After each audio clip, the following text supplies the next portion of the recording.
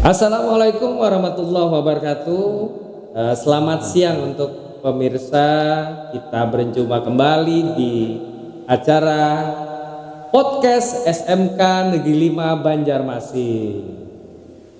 Alhamdulillah di sini kita bersama narasumber kita, tamu spesial. Dalam rangkaian acara juga ada cerita, ada makna. Sekali lagi saya ulangi, kita hari ini kedatangan tamu spesial ya, yang ada di khususnya di SMK Negeri 5 Banjarmasin dengan narasumber kita Bapak Muhammad Taufik ST. Beliau di sini selaku wakil kepala sekolah bidang kurikulum ya. Nah itu, dan untuk materi kita hari ini pemirsa, kita hari ini berbicara masalah asesmen dan kegiatan P5 di SMK Negeri 5 Banjarmasin. Mungkin pemirsa di rumah atau dimanapun berada, ada sedikit sekali bahwa yang melaksanakan asesmen memang ada beberapa sekolah saja Pak Taufik ya khususnya. Nah di sini pemirsa juga ingin tahu Pak Taufik. Nah untuk yang terdahulu, yang kita tahu yang terdahulu ya, karena pada masanya itu belum dikenal masih asesmen. Ya Pak. Betul. Nah yang lebih dikenal adalah ulangan semester. Ya, ulangan nah semester. Sekarang di SMK 5 pemirsa, di SMK 5 itu khususnya ya tidak menggunakannya seperti itu lagi pemirsa. Di sini kita lebih ke asesmen. Tapi kita perlu tahu asesmen itu sebenarnya seperti apa sih? Nah, untuk lebih jelas ya pemirsa, langsung kita tanyakan saja kepada Pak Taufik yang memang beliau lebih di dalamnya ya, lebih dominan untuk memberi keterangan tentang apa sih asesmen itu sebenarnya Pak Taufik. Baik Pak, mungkin untuk memulainya kita dulu mungkin Pak ya, Iya. dulu kita kenal yang namanya kurikulum 2013. Betul. Ya, mungkin sebelumnya juga ada yang namanya itu KBK, kurikulum berbasis kompetensi. Iya betul. Iya. Yang terakhir ini kita SMK 5 menggunakan kurikulum merdeka. Jadi istilahnya sekarang kurikulum merdeka. Jadi kita kurang lebih sudah 4 tahun ini menggunakan kurikulum merdeka. 4 tahun ya, Iya. 4 tahun ya. Kita sudah meluluskan satu angkatan untuk kurikulum merdeka ini. Iya. Ini tahun ini adalah angkatan yang kedua. Angkatan Jadi kedua, betul. kalau kita berbicara tadi mengenai ulangan, mengenai asesmen, nah itu dia dalam satu paket. Nah, paket kurikulum itu kalau di kurikulum merdeka, nah itu kalau tidak salah penyebutannya adalah penilaian akhir semester. Penilaian akhir semester. Nah, kalau kita di kurikulum merdeka ini sebutannya dia adalah asesmen. Nah, jadi dari segi istilah dia sudah berbeda. Nah, kalau dulu penilaian akhir semester itu identik dengan ulangan. Betul. Nah, ulangan kita siswa di dalam kelas menerima lembar soal, lalu juga menerima lembar jawaban, dia pilihan ganda atau esai dalam waktu tertentu dilaksanakan. Itu memang petunjuknya dari kurikulum 2013. Ya, tapi kita untuk kurikulum merdeka ini sekarang istilahnya adalah asesmen. Tetapi intinya sebenarnya sama juga, penilaian juga. Ya, tapi bentuknya tidak hanya menilai di atas kertas saja. Ada penilaian asesmen kinerja, ada asesmen portofolio. Tidak hanya asesmen penilaian pengetahuannya saja. Mungkin seperti itu yang bisa saya gambarkan mengenai perbedaan antara asesmen dan ulangan. Secara garis besarnya mungkin seperti itu perbedaannya. Iya. Nah itu pemirsa, yang pasti di dalam asesmen itu ada tujuan Pak Taufik. Tujuan dengan adanya asesmen itu apa sih? Yang menjadi tujuannya di sana? Ya. asesmen itu sebenarnya tidak terlepas ya, dia sebenarnya menjadi satu dengan pembelajaran. Betul. Jadi untuk kurikulum merdeka ini asesmen dan pembelajaran itu sebenarnya jadi satu. Iya. Asesmen ini tujuannya untuk menilai pembelajaran yang sudah dilaksanakan oleh guru. Iya.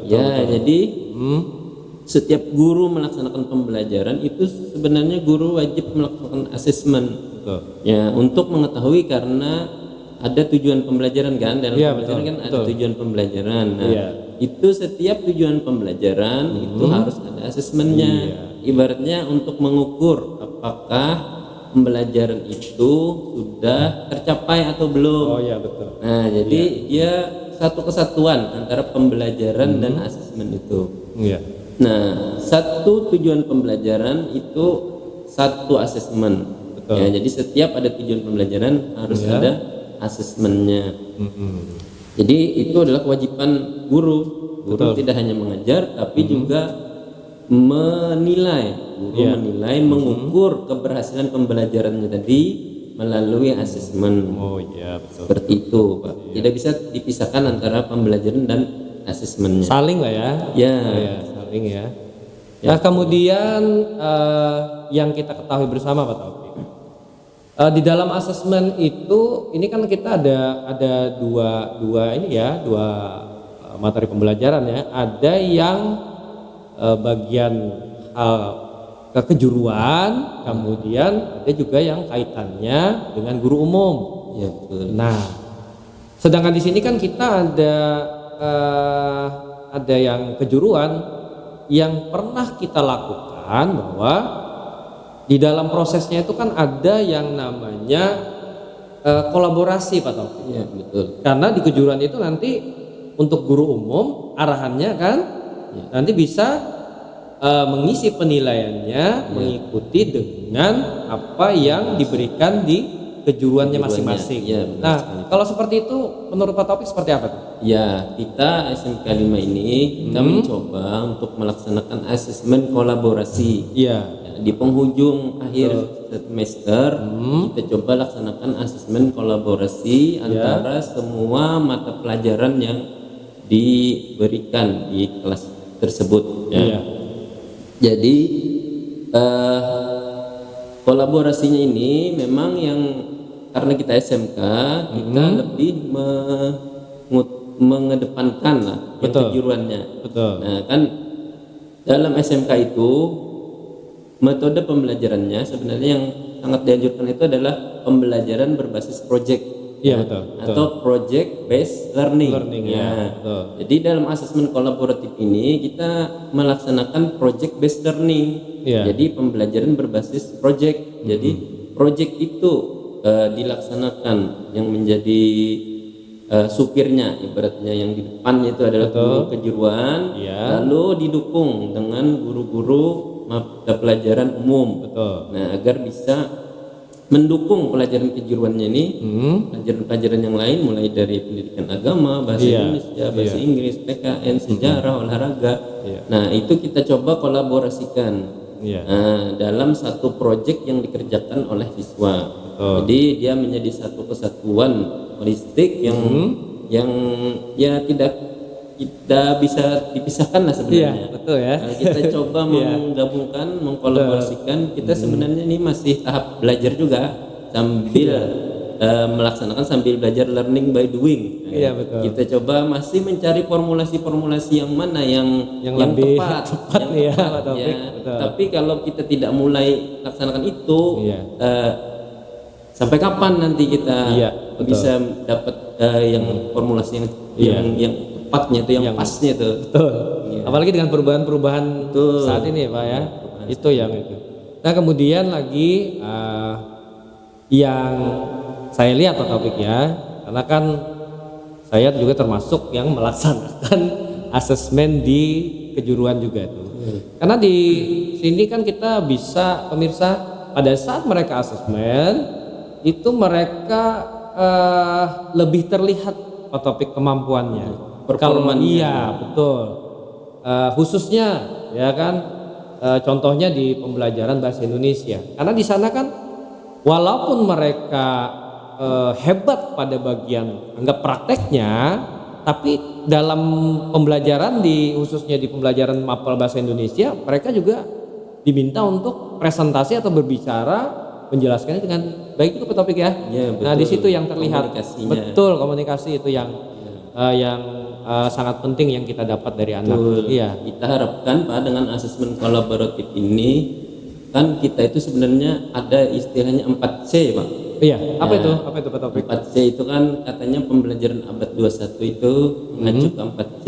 Iya. Yaitu creative thinking, berpikir kritis, kolaborasi, creativity, communication. Nah, jadi ada komunikasinya, betul. Ya, ada kreativitasnya. Jadi dalam asesmen kolaboratif yang kita laksanakan ini, siswa kita minta presentasi dari proyek yang sudah mereka laksanakan. Otomatis mereka harus punya kemampuan berkomunikasi. Kita mau membangun kemampuan komunikasi siswa itu. Betul. Ya, jadi selain mereka bisa melaksanakan kompetensinya, bisa melaksanakan proyeknya, mereka juga bisa berkomunikasi, menyampaikan idenya, gagasannya apa yang sudah mereka laksanakan. Karena itu mungkin kendala di kita juga, karena kita siswa SMK ini berbicaranya itu agak susah. Jadi kita mulai asesmen ini kita juga belajar, mencoba membelajarkan siswa, melatih mereka untuk berbicara, apalagi yang berbicara di depan guru.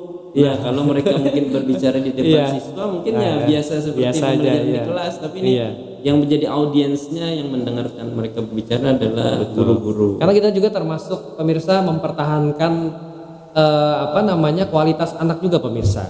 Nanti pada saat mereka sudah lulus di SMK Negeri 5, harapan kami semua di sini adalah anak ini sudah punya kompetensi tinggi Pak Taufik. Betul, segalanya semuanya. Tidak canggung lagi berbicara, wawancara, tes itu harapan kita sebenarnya. Iya, nah itu. Nah kemudian yang pasti dengan kegiatan ini ya ada hal yang memang kemungkinan ya pastilah yang namanya ada kendala dan hambatan Pak Taufik. Nah, tidak semulus yang anggap pemirsa juga bagaimana ya untuk prosesnya sebenarnya ada atau tidak hambatan atau dampak yang memang terjadi pada saat kegiatan asesmen itu. Nah menurut Pak Taufik gimana tuh? Memang karena ini kita masih dalam mencari formulasi yang tepat, ternyata dalam pelaksanaannya kita pun juga mengalami kendala-kendala. Betul. Nah, yang pertama terkait penjadwalan. Nah kan kita ini tidak bisa menjadwalkan, kadang guru ada yang bentrok. Nah di sini asesmen, di sana asesmen. Ya karena mungkin kita pembagian gurunya belum bisa satu guru itu satu blok jurusan saja. Karena itu tadi perbedaan jumlah jam mengajar mereka, mungkin karena di satu jurusan ini tidak cukup, mau tidak mau harus ada jurusan karena lain. Jurusannya kita banyak juga lumayan pemirsa. Ada berapa jurusan kita Pak Taufik di SMK 5? Kalau ada konsentrasinya ada 15. Nah pemirsa ada 15 konsentrasi kejuruan nih. Nah itu salah satu kendalanya di penjadwalan. Terus kendala juga kemarin itu mungkin waktunya kita agak mepet. Betul. Kalau kami baca dari hasil survei tim UMM itu katanya kurang persiapan waktu. Itu salah satu kendalanya ya. Mungkin nanti kita bisa perbaiki agar bisa betul-betul disiapkan. Sebenarnya ada satu juga kendala, harusnya kan kita mungkin asesmennya kemarin itu bisa lebih panjang, sekitar 12 harian lah waktunya ya. Karena ada juga perubahan jadwal dari dinas pendidikan gitu. Tidak mau kita memajukan semuanya dari bagi rapor. Karena kan kita ada juga penyesuaian di kalender pendidikan Pak Taufik. Apalagi dengan waktu yang memang tidak bisa kita menghindari lagi untuk waktu itu ya. Ya betul. Ini lagi. Tadi sudah ada ini ya dampak. Kemudian kita ke rubrik penilaiannya Pak Taufik. Nah ini kan setelah kita sudah menyelesaikan semua kegiatannya, ini kan berkaitan dengan bagaimana cara penilaian yang nanti akan dibuat oleh guru tersebut untuk penilaian itu. Menurut Pak Taufik, untuk penilaian rubriknya bagaimana itu? Untuk rubriknya itu tadi kita kembali bahwa ini pembelajaran dan asesmen itu ada satu, Ya. yang jelas guru harus melihat dari tujuan pembelajarannya. Tidak bisa lepas dari Ya. tujuan pembelajarannya. Betul. Nah, harus menentukan indikator apa yang akan dinilai oleh Oh gurunya. iya, betul. Nah, Iya. Indikator apa yang akan dinilai? Nah, dari indikator itu ya, baru nanti gurunya itu bisa menentukan deskripsinya seperti apa. Penilaian, Penilaian sangat baik, cukup atau kurang ya. Iya. Apa yang mau dinilai? Kalau guru kejuruannya menilai apanya? Apakah menilai kinerjanya? Iya. Ketepatan presisi proyeknya. Kalau guru bahasa Indonesia di bagian komunikasinya, presentasinya, guru agama mungkin dia dalam membuka presentasinya dengan berdoa atau seperti apa, bagaimana, dan mata pelajaran yang lain lah. Artinya untuk membuat rubriknya ini kita berikan keleluasaan sesuai dengan mata pelajarannya masing-masing, sesuai mata pelajaran dan juga tujuan pembelajarannya. Iya. Pembelajarannya apa yang bisa dimasukkan di asesmen kolaborasi tersebut. Iya. Gitu. Ya saya lupa nih pemirsa. Ini dari awal tadi ya. Ini Pak Taufik ini bukan hanya wakil kepala sekolah bidang kurikulum ya, tapi beliau juga mengajar di kejuruan nih Pak ya. Ya, mengajar di Jurusan bangunan. desain pemodelan dan informasi bangunan. Nah, itu pemirsa. Jadi di SMK 5 ini guru-gurunya profesional semua pemirsa. Semuanya sudah teruji ya kan. Juga di bagian hal-hal yang lainnya, ya apalagi nih sebentar lagi Pak Taufik kita ada penerimaan siswa baru. Betul, Pak, nanti di tanggal, jangan lupa pemirsa ya, tanggal 23 ya sampai dengan 25 Juni 2025. Tadi ada 15 ya. Nah, 15 konsentrasi di kejuruan pemirsa itu nanti bisa saja menyesuaikan anak-anak Bapak Ibu, nanti siapa tahu ada yang bergabung di tempat kami Pak Taufik. Ya, Nah, nanti asesmen ini adalah bagian dari prosesnya pemirsa. Ya, tapi bukan hanya asesmen saja pemirsa yang perlu kita ketahui, karena tadi sudah saya sebutkan di awal ada kaitannya dengan P5 Pak Taufik. Ya, Nah, P5 ini sebenarnya ada saja Pak Taufik ketemu dengan rekan-rekan di luar sana sesama guru. Banyak saja yang bertanya, Pak, P5 itu apa Pak? Ya kan, seperti apa? Seperti apa sih? P5 itu seperti apa sih? Bentuknya, ya kan wujudnya seperti apa sih? Banyak Pak, orang lain atau pemirsa di luar sana yang belum tahu. Nah, Pak Taufik, mungkin nanti ada gambaran lah. P5 itu seperti apa Pak Taufik? P5 itu adalah bagian dari kurikulum Merdeka ya. Jadi kalau kita lihat ada yang namanya intrakurikuler, nama intrakurikuler. Yang kedua ada kokurikuler ya, di sekolah itu. Iya. Yang ketiga ada ekstrakurikuler ya. Iya. Nah, intrakurikuler itu adalah pembelajaran yang kita laksanakan di sekolah. Lalu juga ada kokurikuler. Nah, P5 ini adalah dia masuk ke kokurikuler. Betul. Jadi dia pembelajaran juga, tapi dia seperti apa ya? Mungkin dia ada waktu tersendiri sebenarnya. Dia punya waktu tersendiri. Kalau ekstrakurikuler sudah umum saja, mungkin sudah tahu saja kegiatan siswa di luar jam pembelajaran. Nah, P5 ini artinya proyek penguatan profil pelajar Pancasila. Jadi dalam kurikulum Merdeka ini sebenarnya tujuannya itu adalah memunculkan itu profil pelajar Pancasila. Ya, profil pelajar Pancasila. Itu kalau tidak salah ya ada 6 dimensi Pak ya.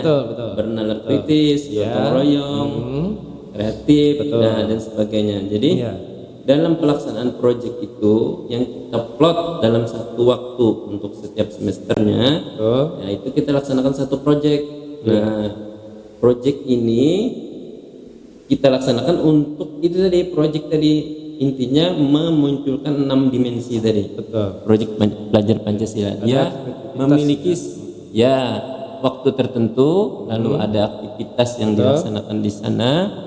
Dia terpisah dari pembelajaran secara umum. Ya. Nah, tapi untuk kedepannya ini kita karena ada perubahan itu kementeriannya Iya. yang sekarang ini yang baru keluar ke kita itu baru SKL. Ada SKL terbaru, Pak. Oh gitu SKL ya. Kalau P5 itu sebenarnya dia mengikut SKL yang dulu yang tahun 2022. Apa betul namanya Pak Taufik? Nah, Ada perubahan?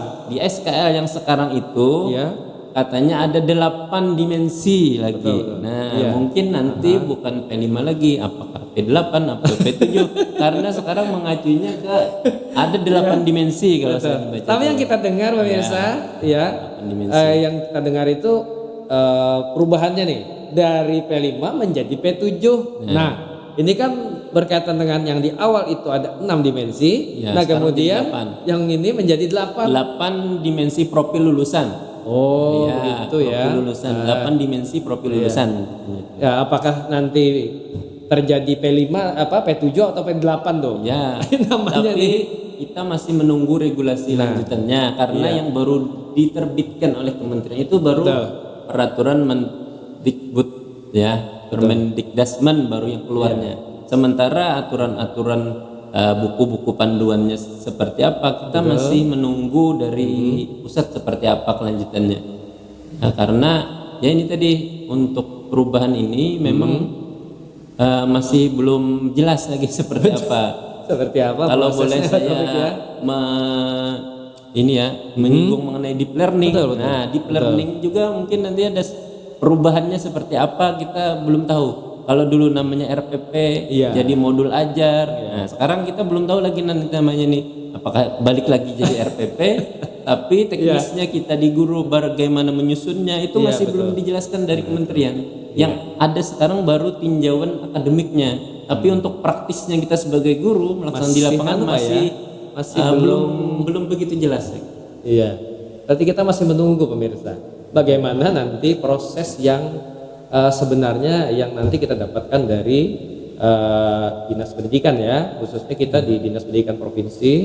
Nah itu nanti provinsi Kalimantan Selatan. Nah, itu nanti kita tunggu bagaimana untuk berikutnya. Sedangkan gambaran dari P5 itu sendiri Pak Taufik yang pernah kita laksanakan pemirsa, yaitu dengan salah satu contoh pemirsa.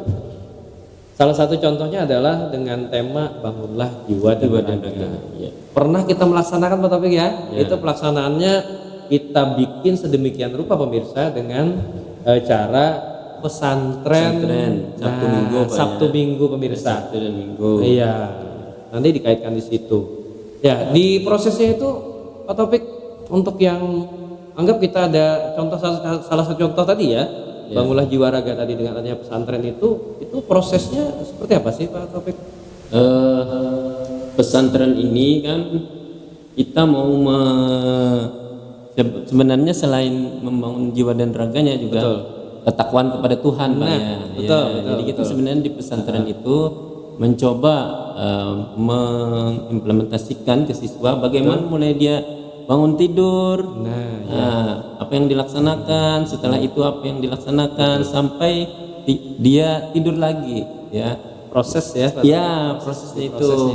Kita membuatkan jadwalnya, ini yang dilaksanakan, bangun tidur, lalu kita olahraga, lalu kita ada kajian-kajian, lalu kita ada kerja bakti, apa yang kita laksanakan sampai dengan malam hari itu tidak ketinggalan sholat 5 waktunya juga. Nah, diharapkan dengan kita melaksanakan pesantren itu kemarin bisa memunculkan rasa itulah ke siswa. Iya. Betul-betul. Paling tidak menambah keimanan dan ketakwaan untuk siswa itu sendiri selama mereka berada di luar tempat tinggal mereka, di rumah khususnya ya. Betul. Karena pemirsa kami juga semua Bapak Ibu guru itu beserta wali kelas juga dengan kepala sekolah itu dengan kegiatan pesantren itu kami juga mendampingi semua pemirsa. Jadi semuanya sudah paling tidak mengetahui apa yang memang hal positif apa sebenarnya yang mereka dapat pada saat mereka berkegiatan pada saat di tema di bangunlah jiwa dan raga. Itu sebagai contoh saja pemirsa ya. nanti apabila hanya sekedar mengingatkan pemirsa bahwa penerimaan siswa baru di SMK 5 jangan lupa di tanggal 23 sampai nanti 25 Juli di tahun 2025. Nah itu berkaitan antara asesmen dengan P5. Nah kemudian kita ke asesmen sedikit Pak Taufik, bahwa di dalam asesmen itu ya kan ada bentuknya itu ada asesmen sumatif ya. Nah menurut Pak Taufik yang idealnya untuk kompetensi kejuruan itu seperti apa, berbasis seperti apa? Betul Pak, untuk kita kejuruan sebenarnya yang paling pas itu adalah uji kinerja. Jadi siswa itu memang dia dites melaksanakan satu pekerjaan, ya. Silakan melaksanakan pekerjaannya siswanya, gurunya tinggal melihat saja apakah pekerjaan yang dilaksanakan siswa ini sudah benar, sesuai prosedurnya, sesuai alat bahannya, pekerjaannya tepat waktu, tidak melebihi waktu yang dipersyaratkan di dalam pekerjaan itu. Itu sebenarnya yang paling tepat Pak, uji kinerja, istilahnya uji kinerja. Betul. Tapi mungkin ya ada juga kalau uji kinerja ini mungkin ada kendala guru yang lain mungkin susah untuk menilainya, jadi ya bisa kita kombinasikan lah sekarang. Selain uji kinerja juga siswa bisa juga mempresentasikan pekerjaan yang dilaksanakan dia tadi seperti apa. Sebenarnya bentuk lainnya asesmen itu bisa juga portofolio. Jadi dari hasil beberapa job pekerjaan yang dilaksanakan dalam satu semester itu bisa diperlihatkan dokumennya, mungkin diceritakan seperti apa proses pelaksanaannya, mungkin bisa juga seperti itu asesmennya. Iya, tidak mesti mereka harus menjawab soal. Tidak monoton berarti tidak monoton. Iya, dari segala arah bisa nanti kita untuk mendapatkan sebuah penilaian. Iya, betul.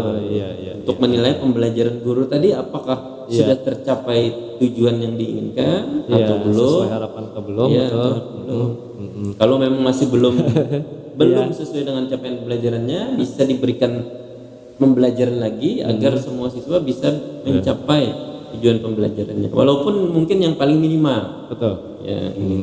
Karena pemirsa harapannya adalah apabila nanti yang namanya SMK kejuruan pemirsa, nah pasti orang tua dan anak-anak kan, orang tua harapannya adalah anak-anak setelah mereka lulus mereka siap bekerja. Nah itu ya, siap bekerja pemirsa. Nah kemudian apa yang Pak Taufik jelaskan tadi dari awal sampai akhir, yang pasti harapan kami ya guru-guru semuanya yang ada di SMK 5 terutama kepala sekolah bahwa tahun ini Pak Taufik ya, ini sedikit informasi pemirsa, tahun ini ada sangat banyak siswa kita yang sebelum mereka mendapatkan kelulusan Pak Taufik sudah bekerja di perusahaan mereka yang memerlukan kita nih. Termasuk luar biasa kan kita ini. Nah itu ada sekitar 70 orang lah tahun ini. Nah pemirsa lebih sudah diberikan ya perjanjian kerja lah oleh perusahaan yang menginginkan mereka itu. Ada perusahaan yang di tempat mereka dulu PKL, ya, karena mungkin dinilai bagus oleh perusahaannya dan mereka memerlukan. Jadi ada yang langsung direkrut, belum mereka menerima ijazah tapi sudah bekerja. Ya, jadi sebenarnya itu harapan kita, siswa sebelum lulus sudah mendapatkan tempat bekerja. Nah itu pemirsa keunggulan kita di SMK Negeri 5. Terakhir pertanyaan pamungkas Pak Taufik. Yang pasti Pak Taufik selaku wakil kepala sekolah pemirsa bidang kurikulum, yang pasti Pak Taufik pasti punya harapan Pak Taufik. Ya, apa harapan Pak Taufik sebagai wakil kepala sekolah bidang kurikulum ya untuk kedepannya dan dengan kemajuan SMK 5 ini ya, artinya kan kita selama kita masih berada di sini, nah berarti kan Pak Taufik selaku wakil kurikulum pasti punya harapan-harapan nanti untuk di SMK Negeri 5. Harapan apa saja Pak Taufik yang Pak Taufik ingin capai? Mungkin harapan kita bisa mengantarkan siswa bisa bekerja. Pertama itu cita-citanya kita bisa siswa bekerja. Untuk siswa bisa bekerja kita harus membekali mereka dengan kompetensi. Betul. Kompetensi yang sesuai dengan jurusannya masing-masing. Iya. Nah, untuk bisa mencapai kompetensi itu, tugas kita di dalam ini guru, tenaga kependidikan dan semua karyawan ya, untuk bisa membimbing kepada siswa semuanya, memberikan pembelajaran, arahan yang bermutu. Betul. Sesuai dengan kurikulum yang diinginkan. Jadi kami di kurikulum siap mendukung agar siswa bekerja, siswa memiliki kompetensi yang diperlukan untuk mereka mengarungi kehidupan setelah selesai dari SMK ini. Mungkin itu Pak tujuan kita. Nah ini cita-citanya. Itu ya. Tapi sebenarnya itu adalah harapan kami sebagai pendidik juga di SMK Negeri 5 Banjarmasin. Itu memang harapan yang utama juga untuk anak didik kita. Tidak ada satu orang tua pun yang ingin anaknya tidak berhasil ya. Yang pasti ayo semua masyarakat umum yang di luar sana kita ya, yang ingin anaknya nanti bergabung di tempat kami, diingatkan kembali untuk pendaftaran SPMB kita di tanggal 23 sampai tanggal 25 Juni 2025. Ditunggu semuanya ya. Nah, untuk kegiatan kita hari ini terima kasih Pak Taufik atas kehadirannya. Semangat terus Pak Taufik ya. Pokoknya istilahnya kita kalau dalam istilah itu wajah sampai kaputing nih ya. Dalam bahasa Banjarnya kita selalu melaksanakan dengan baik, ikhlas, kejujuran selalu kita tingkatkan. Insya Allah kita akan mencetak anak-anak yang luar biasa pemirsa di rumah dan dimanapun Anda berada. Terima kasih untuk kegiatan kita hari ini. Terima kasih untuk semua pemirsa yang ada di luar sana. Salam podcast SMK Negeri 5 Banjarmasin. Pak Taufik, ada cerita, ada makna.